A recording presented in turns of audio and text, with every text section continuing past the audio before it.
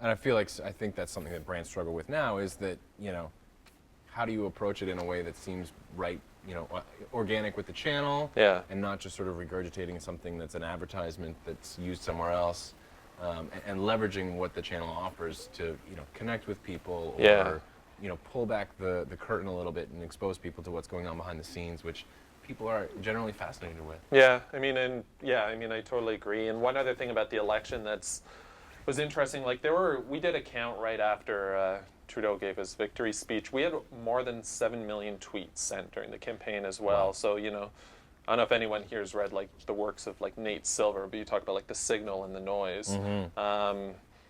It's like any other social media platform. You're going to have the noise, and then you're going to have like the signal, the actual data in there. So, it's really up to the person on Twitter to kind of break through, what is it that you really want to follow? And, we have tools like lists. We have, certainly Right. things like hashtags are Right, really right. basic, where, ELXN42, like we saw on election night, that had 500,000 uses.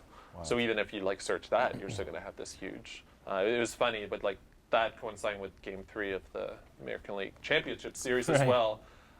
We'd see all sorts of like weird overlaps, both in terms of like memes, but also like I was like tweeting out just from Twitter accounts, like here's a list, and it was just like linked to like the search of Come Together and ELX42, and it was kind of interesting to see. Like I think he's like in this riding like Bill Murneau.